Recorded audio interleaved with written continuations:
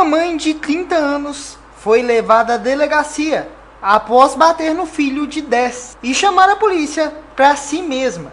As agressões aconteceram depois que o menino teria furtado um pacote de biscoitos do vizinho no bairro Mantiqueira, na região de Venda Nova, em Belo Horizonte. Segundo o boletim de ocorrência, a mulher cuidadora de idosas relatou que a criança vinha praticando pequenos furtos na casa de parentes, enquanto ela saía para trabalhar. Por serem familiares, a situação foi resolvida sem o envolvimento da polícia.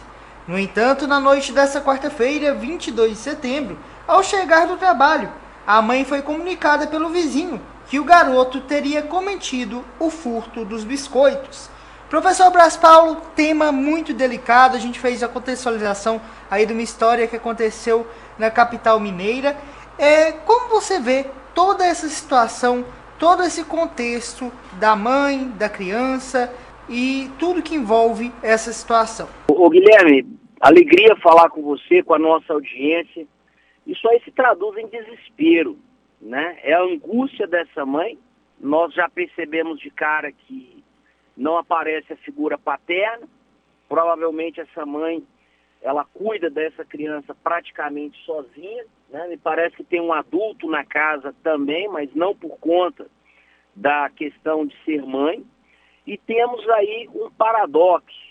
Qual é o paradoxo? Nós sabemos que nos dias atuais a pedagogia, a psicologia vai dizer para a gente conversar com os filhos, para a gente ter esse tempo para os filhos, para que a gente possa fazer a melhor orientação possível para as nossas crianças. O detalhe é que a pessoa tem que sobreviver também, Guilherme. A pessoa tem que sair para o trabalho, né? Não vai cair do céu a comida, as coisas que ela precisa, mesmo as coisas que esse menino quer. E veja, a ausência da mãe, não porque ela quer, mas porque ela tem que trabalhar, ela gera situações como essa. E aqui, eu sou muito tranquilo para dizer, a gente não está tocando nesse assunto para julgar a mãe, não. A mãe agiu da forma que ela entendeu, talvez ser um grande grito de socorro, sabe? Aquele desespero de dizer, olha, quem vai cuidar do meu filho? Porque se eu também não for trabalhar, quem vai alimentar meu filho? Quem vai cuidar de nós dois? E acho muito emblemático que ela chame a polícia para si mesma, no sentido de dizer, olha, eu estou consciente do que eu fiz. Mas e agora?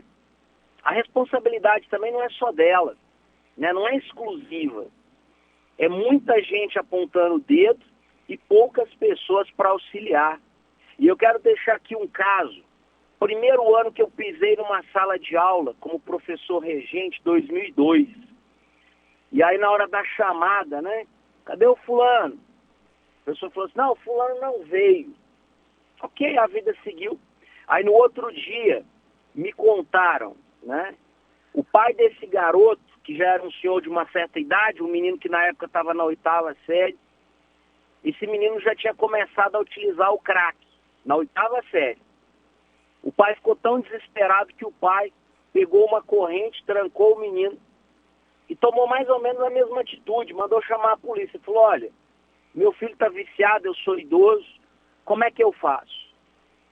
São famílias e pessoas, Guilherme, olhando para nós, da própria sociedade, olhando para governos, para todos, e também perguntando o que eu faço.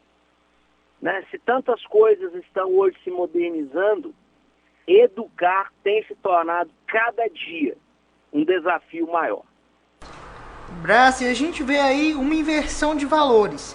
Filhos que não respeitam pais, que não respeitam professores. Isso também interfere em toda essa situação, em todo esse contexto que dificulta muito a educação? Olha, tempos fáceis criam pessoas frágeis. Os últimos anos no Brasil, em que pese que a gente sempre foi um país aí de vida difícil, vida dura, mas mesmo pessoas que têm certas dificuldades conseguiram colocar comida no prato, conseguiram dar um presente de aniversário para os filhos. As redes sociais, que esse universo da ilusão faz com que jovens e crianças desejem aquilo que muitas vezes ainda não podem ter.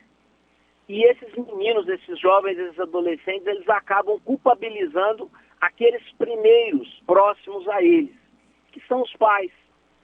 Em famílias, muitas vezes, Guilherme, que não estão estruturadas, em que você tem ali a figura, muitas vezes, da mãe, você tem a figura de alguns irmãos, nem sempre tem a figura paterna. Às vezes você tem dentro dessas famílias situações, inclusive de vício, que agravam a questão familiar, e isso vira uma grande confusão. E aqui eu faço um recorte. O Brás está falando de famílias pobres. Não, estou falando de famílias num contexto amplo. Porque situações de jovens transgredindo regras, nesse caso a gente citou um furto, vários, entre os próprios familiares. Mas mesmo famílias que já têm uma condição financeira melhor, muitas têm passado dificuldades com seus filhos, porque hoje os meninos têm dificuldade de ouvir um não, os meninos não querem ser contrariados, muitas vezes a menina ou o menino não sabe ali lavar a própria roupa, não lava seu próprio tênis, não assume suas responsabilidades, e isso vai criando pessoas cada vez mais frágeis que acreditam que por alguma razão todo mundo tem que oferecer tudo para elas sem que elas devolvam nada em troca. E o mundo não é assim. Aqueles que têm a minha idade, aqueles que são um pouco mais velhos, sabem que sempre houve dentro das famílias uma reciprocidade. Filho, você tem que estudar mais, aí nós vamos ver se a gente vai viajar.